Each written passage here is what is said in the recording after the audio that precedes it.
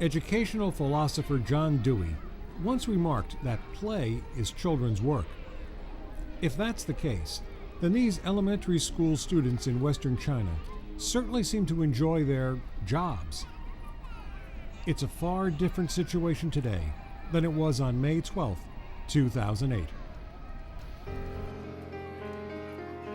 On that fateful day, a powerful earthquake reduced large sections of China's Sichuan Province to rubble. Buildings collapsed. Homes were destroyed. More than 69,000 adults and children were killed. I took my child in my arms and ran out. My husband was away at work. The walls of our house were collapsing and the tiles on the roof were falling. I was so scared I didn't know what to do. We all started to cry. Then the house began to fall. Johnson & Johnson, as an expression of its core credo values, was among the first to offer help to organizations and people in the stricken region. Johnson & Johnson has a long-standing commitment to disaster response and a legacy of responding that goes back to 1906 and the earthquake in San Francisco. Our first response is always the distribution of much-needed medical supplies and consumer products. But our primary focus is on recovery because we recognize that when there is a disaster, immediate response generally happens around the world, and then people move on to the next disaster. So our focus is largely on recovery. According to the China Disabled Persons Federation, 2,000 children became disabled as a result of the 2008 Sichuan earthquake. Johnson & Johnson partnered with international NGO Save the Children to launch an inclusive education project in 12 schools in rural Sichuan Province. We have special case-by-case training for each individual student.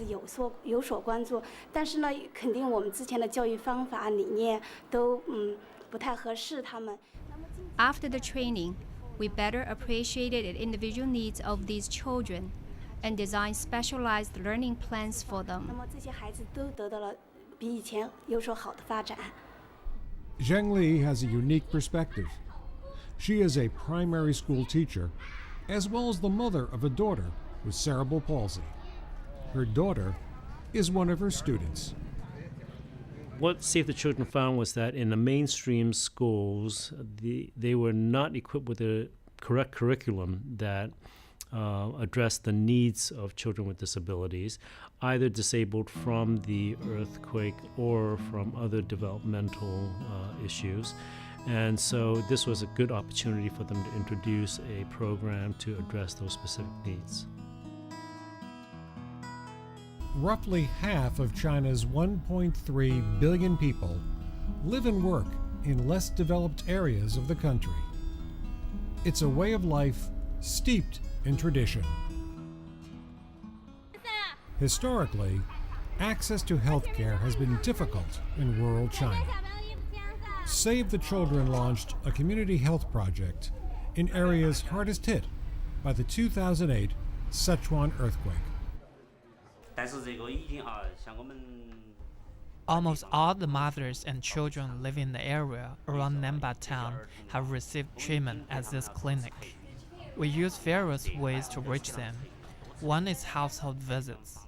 I visit rural families on a regular basis to share information with them. We talk with them about the importance of breastfeeding, proper nutrition, and those kinds of topics. Life in Sichuan Province is gradually returning to normal. Still, it's easier to rebuild buildings than heal the human body. Thousands of people still battle chronic pain, a legacy of earthquake-related injuries.